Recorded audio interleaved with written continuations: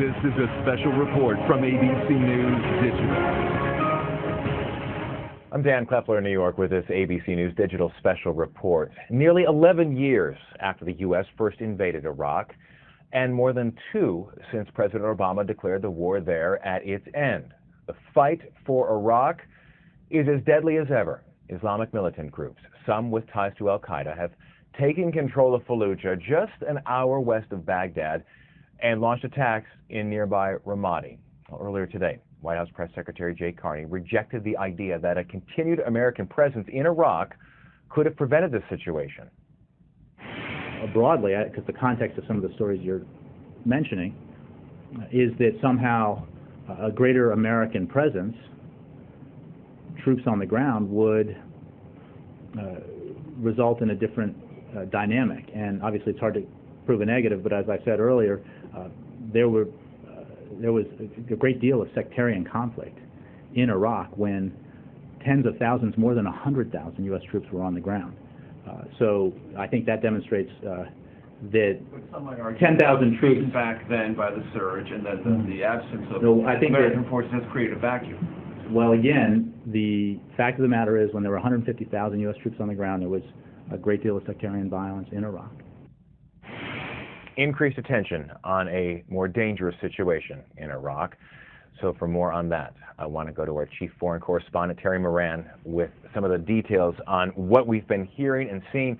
Terry, we've heard a lot about an al-Qaeda resurgence in Iraq. Now, how closely aligned are the fighters in Fallujah to the al-Qaeda Central Command?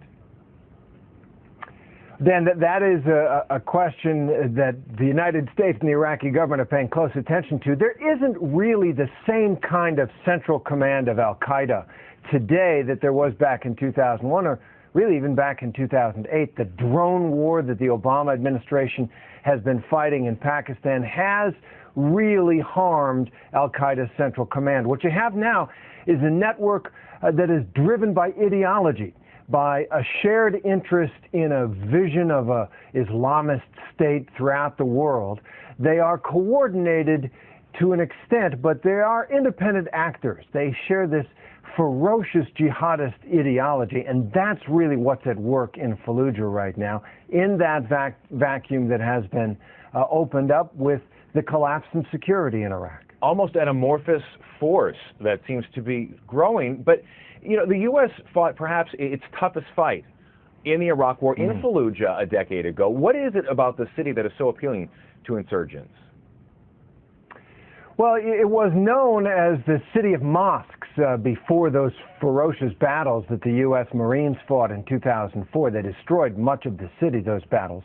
It's a city of tribes as well, Sunni tribes. So this is the heartland of Sunni Iraq. Right now the government in Baghdad is a Shiite-led government, and so Fallujah, which has always been hard for the central government to control, Saddam Hussein had trouble with Fallujah, is now kind of the Wild West once again, as it was back in 2003 and 2004.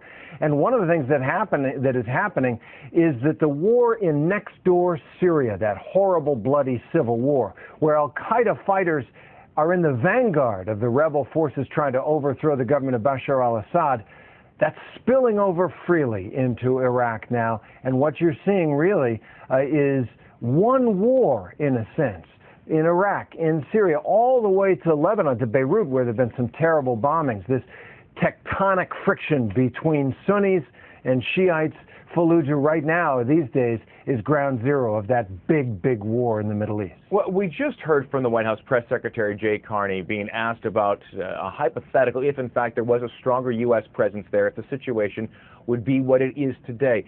What is the Secretary of State, John Kerry, what has he said about American intervention? And in fact, you know, what kind of aid that the U.S. might offer to the Prime Minister, al-Maliki? Well, Secretary of State Kerry has said the United States stands ready to help, but no boots on the ground. The American public has absolutely no appetite for going back into Iraq, and frankly, the Iraqi public has no appetite to have American troops back.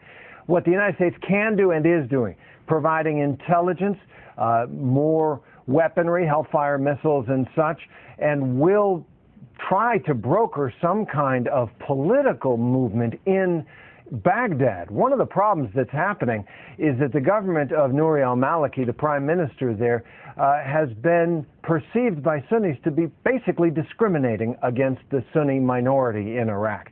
So you're seeing that sectarian conflict. There's no question, Jay Carney, dodging the question there.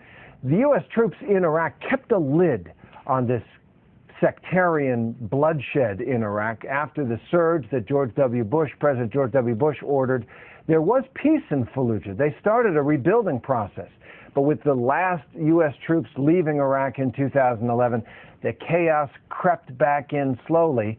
And Baghdad, the government in Baghdad, really did nothing to stop it. That chaos now triumphant in Fallujah for the time being.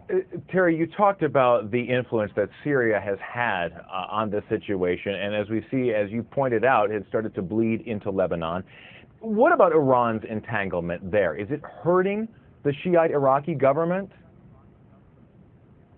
Yeah, that's a great question. I was in Iraq 4 times during the course of the war, and what I heard often from ordinary Sunnis on the streets of Baghdad and Ramadi and other places and Mosul was that the Shiite government of Nouri al-Maliki was a puppet of Iran. They didn't trust Maliki. They didn't trust that government.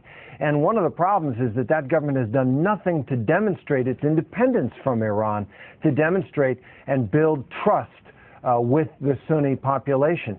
One of the things that's happening is a collapse in confidence in the capability of governing Iraq as one country. Terry, if you can, tell me about a man named Abu Bakr al-Baghdadi, a rebel commander, now in Syria, but a key figure, right, for al-Qaeda in Iraq? Absolutely, Dan. He is a great example of what's happening there.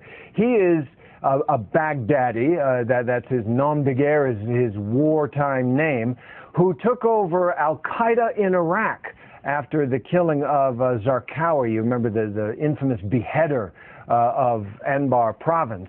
Baghdadi, this guy took over al-Qaeda. The United States, with the help of Sunni tribes in that part of Iraq, put down al-Qaeda, pacified that area. There was some rebuilding going on. And this guy, Baghdadi, went over to Syria to start fighting in that war. He now runs something called the Islamic State of Iraq and Syria.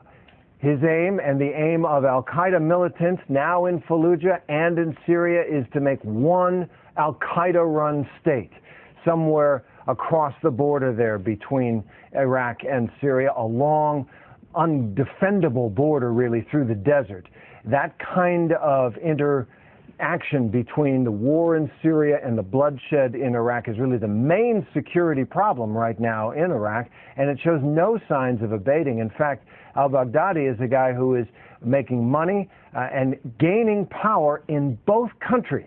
And Fallujah, the fall of Fallujah to al-Qaeda-led militants, is an example of what is happening there. Growing prominence for one person who is now in the center, or starting to become part of the center of this intense situation. ABC News Chief Foreign Correspondent Terry Moran. Terry, thank you for the insight. We certainly appreciate that.